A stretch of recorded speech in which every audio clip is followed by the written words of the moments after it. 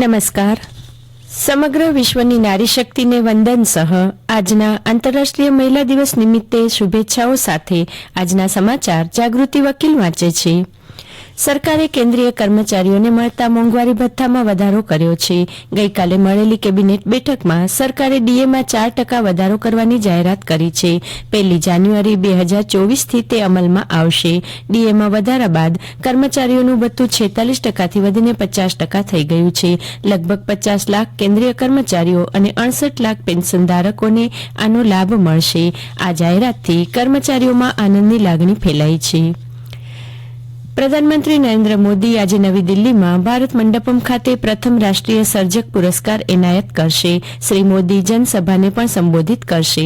રાષ્ટ્રીય સર્જક પુરસ્કાર વાર્તા કહેવાની, સામાજિક પરિવર્તનને ટેકો આપવા, પર્યાવરણીય ટકાઉપણું, શિક્ષણ અને ગેમિંગ સહિત અન્ય ક્ષેત્રોમાં શ્રેષ્ઠતાને ઓળખવાનો પ્રયાસ છે. સકારાત્મક પરિવર્તન લાવવા માટે સર્જનાત્મકતાનો ઉપયોગ કરવા માટેના પ્રારંભિક મંચ તરીકેની આ એવોર્ડની કલ્પના છે.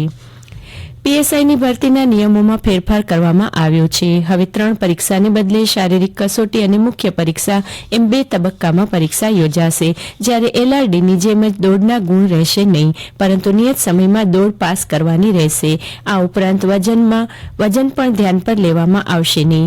300 ગુણની મુખ્ય પરીક્ષા લેવાશે, જેમાં 2 પેપર રહેશે. એક પેપર 200 માર્ક્સનું અને એમસીક્યુ આધારિત હશે, જ્યારે બીજું પેપર 100 માર્કનું રહેશે. રાષ્ટ્રીય રક્ષા યુનિવર્સિટી અને નેશનલ ફોરેન્સિક સાયન્સ યુનિવર્સિટીમાંથી કરેલ કોર્સ માટે પણ વધારાના ગુણ આપવામાં આવશે.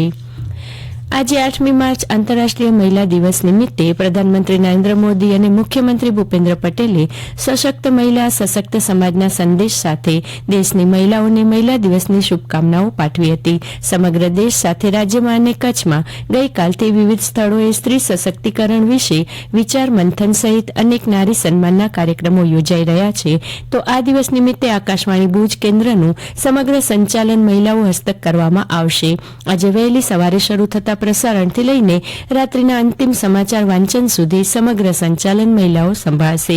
મહિલા દિન આકાશવાણી ભુજ દ્વારા વિશેષ કાર્યક્રમ પ્રસારિત કરાશે, જેમાં સાંજે 5 કલાક અને 12 મિનિટે સમાજનો આધારસ્તંભ સ્ત્રી એ વિષય પર વિવિધ ક્ષેત્રની મહિલાઓ સાથે ચર્ચા યોજાશે.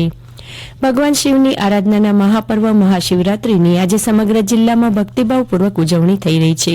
કચ્છમાં પૂર્વમાં કંથકોટથી પશ્ચિમમાં કોટેશ્વર સુધી જિલ્લામાં વહેલી સવારે 4 પ્રહરની પૂજા સાથે પર્વ ઉજવણીનો પ્રારંભ થયો છે. દિવસભર લઘુરુદ્ર, મહાયજ્ઞ, મહાઆરતી, મહાપૂજા અને મહાપ્રસાદના કાર્યક્રમોથી વાતાવરણ ગુંજતું રહેશે.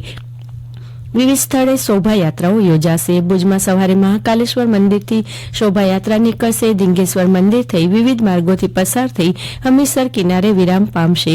વિવિધ ધાર્મિક સંતો, રાજકીય અગ્રણીઓ યાત્રાને પ્રસ્થાન કરાવશે. ગાંધીધામમાં મહાદેવના સત્સંગ સાથે યોગ શિબિર યોજાશે. આજનું મહાશિવરાત્રી પર્વ સંત મેકરણ દાદાની સ્મૃતિ સાથે સંકળાયેલ છે. આજે તેમણે તેના 10 સાથી અને લાલિયા મોતિયા સાથે જીવતા સમાધિ લીધી હતી. ભુજ તાલુકાના ધ્રંગ ગામે તેમની સમાધિ સ્થળે આજથી 2 દિવસ મેળો ભરાશે. તો ભુજમાં નાગર ચકલામાં મેકરણ દાદાના અખાડા ખાતે પણ વિવિધ ધાર્મિક કાર્યક્રમો યોજાશે. આજે વિશ્વ સાક્ષરતા દિવસ પણ છે. માધ્યમિક અને ઉચ્ચતર માધ્યમિક શિક્ષણમાં ભણતી કન્યાઓને શિક્ષણ સાથે પૂરતું પોષણ મળે અને સશક્ત બને તે હેતુથી ધોરણ 9 થી 12માં અભ્યાસ કરતી વિદ્યાર્થીનીઓ માટે ગુજરાત સરકાર દ્વારા નમો લક્ષ્મી યોજના અંતર્ગત વિદ્યાર્થીઓને અભ્યાસ પૂર્ણ કરવા ₹50,000 સુધીની સહાય સરકાર તરફથી આપવામાં આવશે. રાજ્યપાલ આચાર્ય દેવવ્રતે નલિયા, દયાપર, રાપર અને ખાવડામાં ડોક્ટર બાબા સાહેબ આંબેડકર ઓપન યુનિવર્સિટીના 4 નવા કેન્દ્રોનો શુભારંભ અને યુનિવર્સિટીના નવા 5 અભ્યાસક્રમોનો આરંભ કરાવ્યો છે. ડોક્ટર બાબા સાહેબ આંબેડકર ઓપન યુનિવર્સિટીના ગઈકાલે યોજાયેલા 9મા પદવીદાન સમારંભમાં રાજ્યપાલ આચાર્ય દેવવ્રતે કહ્યું કે વિદ્યા પ્રાપ્તિ પછી વ્યક્તિ વિનયી અને નમ્ર બનવું જોઈએ. રાજ્યપાલે યુનિવર્સિટીના પદવીધારક અને ચંદ્રકો મેળવનાર વિદ્યાર્થીઓને શુભકામના પાઠવતા કહ્યું કે પ્રધાનમંત્રી મોદીના નેતૃત્વમાં ભારત આત્મનિર્ભર અને વિકસિત ભારત થવા જઈ રહ્યું છે. અને આ સાથે આ સમાચાર બુલેટિન પૂરું થયું. નમસ્કાર.